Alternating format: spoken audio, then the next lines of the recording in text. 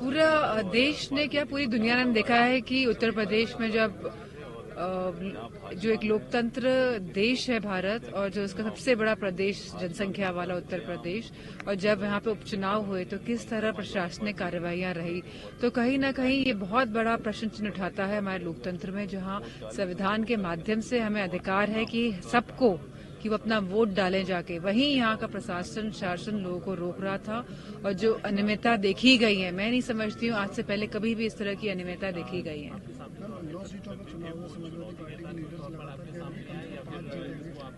हमें कमी कोई नहीं रह गई है। कमी इस बात की रह गई है कि शासन और प्रशासन का जो एक्शन रहा, मैं समझती हूँ कि, और जो कुशासन रहा मतदान वाले दिन, कमी यहाँ रह गई है।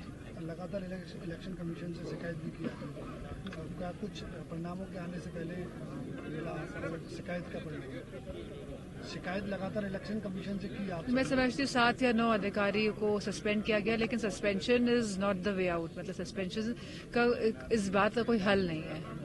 क्या होना चाहिए था आपके साथ?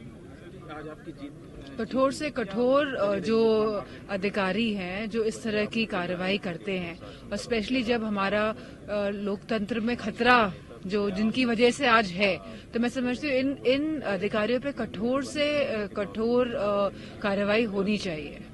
देखिए, जनता ने बहुत ही विषम परिस्थितियों में प्रशासन के खिलाफ संघर्ष किया, जहां भाजपा के लोग पुलिस के सहारे इस चुनाव को जीतना चाहते थे, और खुलेआम उनके नेताओं ने बूथ कैप्चरिंग की शिकायतें की, कोई कार्रवाई नहीं की गई, और लगातार उन्होंने सुबह से लेकर शाम तक बूथ कैप्चरिंग करते रहे। हमारे जो वोटर थे जो शांतिपूर्ण तरीके से मतदान कर रहे, उनके ऊपर लाठीचार्ज किया। कई गांवों में खबर आई, हमने सूचित भी किया, उसके बावजूद जो है पुलिस का रवैया ऐसा रहा। तमाम सारे कार्यकर्ताओं को 3 दिन पहले से मुकदमे लगाए गए, उनको उठाया गया।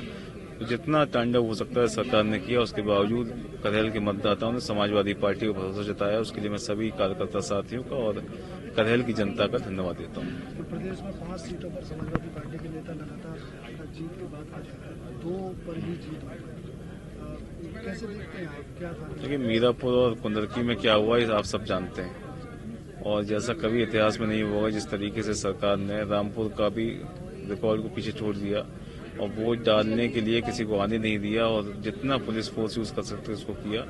लेकिन इसका जो परिणाम है, जो जनता का जवाब है, वो 2027 में जनता जवाब देगी। निश्चित तौर पर यहाँ के कार्यकर्ताओं को, यहाँ के नेताओं को, जिनकी लगातार कह सकता हूँ समर्पण निष्ठा समाजवादी पार्टी के प्रति रही है और रहेगी।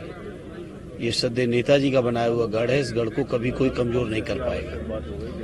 और तेज प्रताप जी ने भी कहा, गणी डिम्पल जी ने भी कहा, जो तांडव पुलिस का हुआ है, अन्यथा हमारी सारी सीटें जीत रही थी। और इस बार का चुनाव कोई बीजेपी कार्यकर्ताओं की क्षमता नहीं थी लड़ने की हम लोगों से, पुलिस ने तांडव करके चुनाव लड़ा है, नहीं तो सभी सीटें हम जीत रहे थे। प्रदेश में 2 सीटों पर समाजवादी पार्टी ने कर ली, बाकी सीटों पर नहीं यूज कर रहे। मैंने कहा ना, पुलिस से चुनाव हुआ है। क्या आप नहीं जानते हो, इसी जिले के अंदर करहेल के अंदर ही 3-3, 4-4 फ्लिट्स चल रही थी बीजेपी के नेताओं की, कार्यकर्ताओं की, बाउंसर्स के साथ, और पुलिस का एक भी अधिकारी सुनने को तैयार नहीं था। पूरे दिन डंपिंग की गई, तब भी करहेल के लोगों ने सम्मान रखा। यही हाल कुदरकी में हुआ। कुदरकी में तो वोटरों को जाने तक नहीं दिया गया, बैरिकेड किया गया। यही मीरापुर का हाल हुआ, यही आपके कानपुर में कितना बड़ा तांडव हुआ।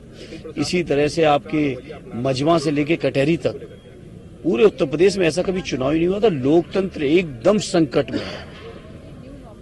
में है, और सबको मिलकर बचाना पड़ेगा लोकतंत्र।